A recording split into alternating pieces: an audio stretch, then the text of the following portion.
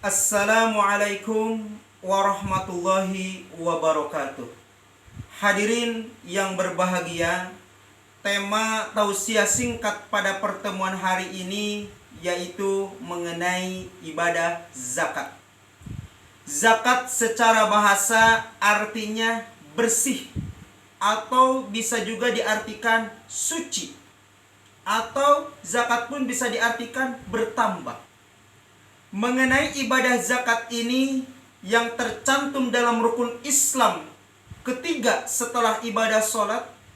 Adapun di antara dalil yang berkaitan dengan ibadah zakat adalah Al-Quran surah Al-Baqarah ayat 43.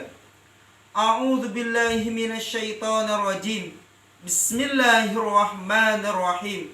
Wa aqimus salata wa atuz zakata warka'u ma'arraki'in. Wa aqimus salata, dan dirikanlah salat. Wa atuz zakata, dan keluarkanlah zakat.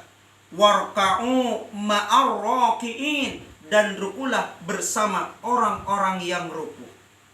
Dalam ayat ini ada 3 perintah yang Allah perintahkan kepada kita.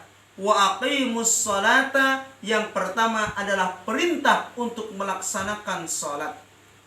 Perintah yang kedua, wa atuz zakah, adalah perintah untuk mengeluarkan zakat. Kenapa kita sebagai umat Islam diwajibkan oleh Allah untuk mengeluarkan zakat? Karena dengan zakat tersebut harta kita akan semakin bersih, harta kita akan semakin berkah, harta kita akan semakin berkembang. Seperti contoh, misalkan Pak Haji memiliki seekor ayam. Kemudian ayam tersebut disembelih oleh Pak Haji. Apakah ketika ayam tersebut disembelih kemudian oleh Pak Haji dimasak semuanya? Bulunya dimasak? Mohon maaf, bahkan kotorannya dimasak? Tentu tidak. Berarti sebelum ayam tersebut dimasak, maka ayam tersebut setelah disembelih, langkah selanjutnya adalah dibersihkan bulunya, dibersihkan kotorannya, sampai ketika ayam tersebut sudah benar-benar bersih, baru dimasak, dan barulah setelah matang dinikmati. Begitulah perumpamaan mengenai zakat. Harta yang kita miliki boleh jadi tercampur dengan harta yang subhat, atau terambil hak-hak orang lain.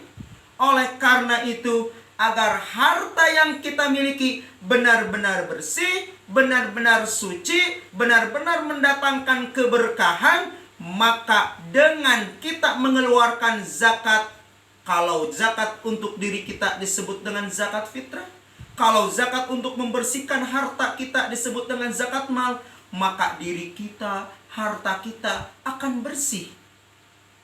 Lalu zakat pun bisa diartikan berkembang. Kenapa?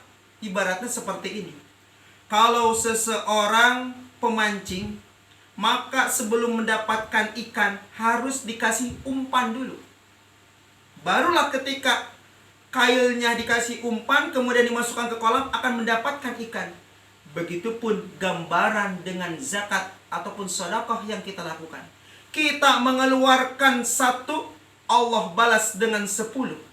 Bahkan dalam Al-Quran surah Al-Baqarah, Allah pun menggambarkan ketika seseorang menginfakkan hartanya di jalan Allah, Allah mengibaratkan 1 biji, yang biji tersebut ditanam kemudian tumbuh sehingga memiliki 7 cabang.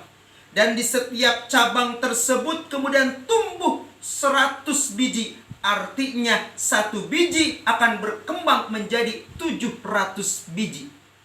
Begitupun dengan harta kita.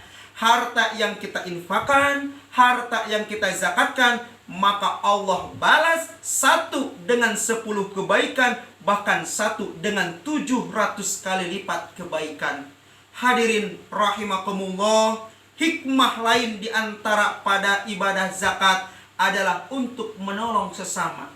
Makanya kita sebagai umat Islam diwajibkan untuk saling menolong. Wallahu fi aunil abdi madamal abdu fi auni akhihi. Allah akan menolong hambanya selama hambanya senantiasa menolong saudaranya. Kita memiliki harta, maka tolonglah saudara kita dengan harta yang Allah titipkan kepada kita. Mudah-mudahan dengan uraian tausiah yang singkat ini, kita termasuk hamba-hamba Allah yang senantiasa mampu menjalankan kewajiban zakat kita. Bahkan bukan hanya zakat, tetapi kita pun oleh Allah dimampukan untuk mengeluarkan infak, sedekah, wakaf. Amin ya Allah ya Rabbal Alamin. Terima kasih atas segala perhatian. Mohon maaf atas segala kekurangan. Wallahu a'lam bissawab. Wassalamualaikum warahmatullahi wabarakatuh.